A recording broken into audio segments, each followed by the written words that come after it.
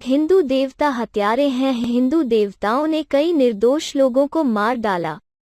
कहा जाता है कि हिंदू देवताओं ने लोगों का मार्गदर्शन करने के लिए मांस और हड्डी में पृथ्वी पर जन्म लिया था।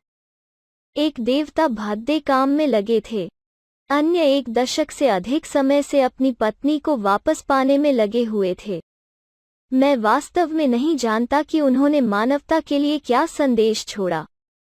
हिंदू देवताओं को भयंकर चेहरे की अभिव्यक्ति के साथ हथियार चलाने का चित्रण किया गया है। उन हथियारों से कई बार मासूमों का खून बहाया गया। यहाँ हिंदू देवताओं के निर्दोष लोगों को मारने के बारे में कुछ कहानियाँ हैं। मैं विष्णु और उनके अवतारों से शुरू करूंगा। आइए एक नज़र डालते हैं दानव के शब्दों पर। विष्णु मत्स्य पुराण 178:6-22। वो मेरा शत्रु है, वो मेरे बड़ों का संहार करने वाला है। वो समुद्र में रहता था, उसने मधु और कैटभ राक्षसों का नाश किया था। यह कहा जा सकता है कि जब तक वो जीवित हैं, हमारे बीच युद्ध समाप्त नहीं होगा। उसके और मेरे बीच सबसे भयानक लड़ाई होगी। उसने इस युद्ध में कई राक्षसों का वध किया है। वो बहुत क्रूर है। उसने बच्चों और मारे गए राक्षसों की स्त्री को भी अपनी क्षमा नहीं दिखाई है।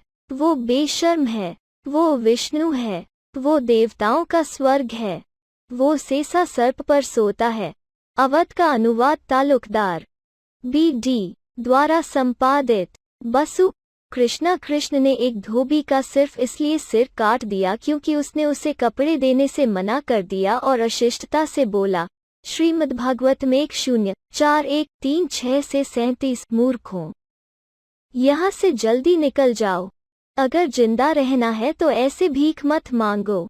जब कोई बहुत साहसी होता है तो राजा के लोग उसे गिरफ्तार कर लेते हैं और उसे मार डालते हैं और उसकी सारी संपत्ति ले लेते हैं।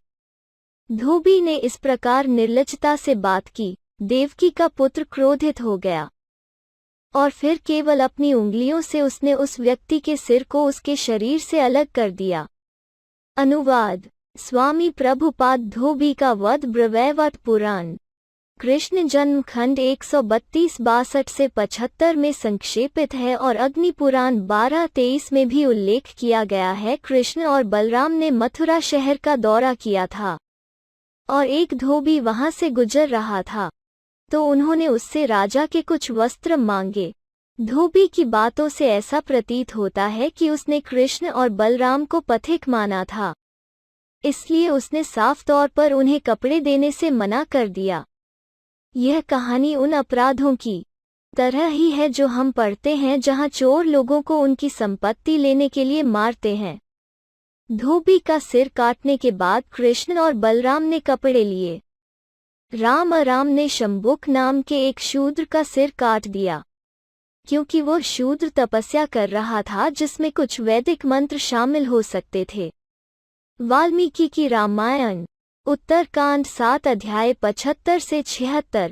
इस पर रघु से पैदा हुआ राजकुमार उस व्यक्ति के पास पहुंचा जिसने स्वयं को कठोर साधनाओं के लिए त्याग दिया था और कहा, धन्य हो हे तपस्वी जो अपने व्रतों के प्रति वफादार हैं।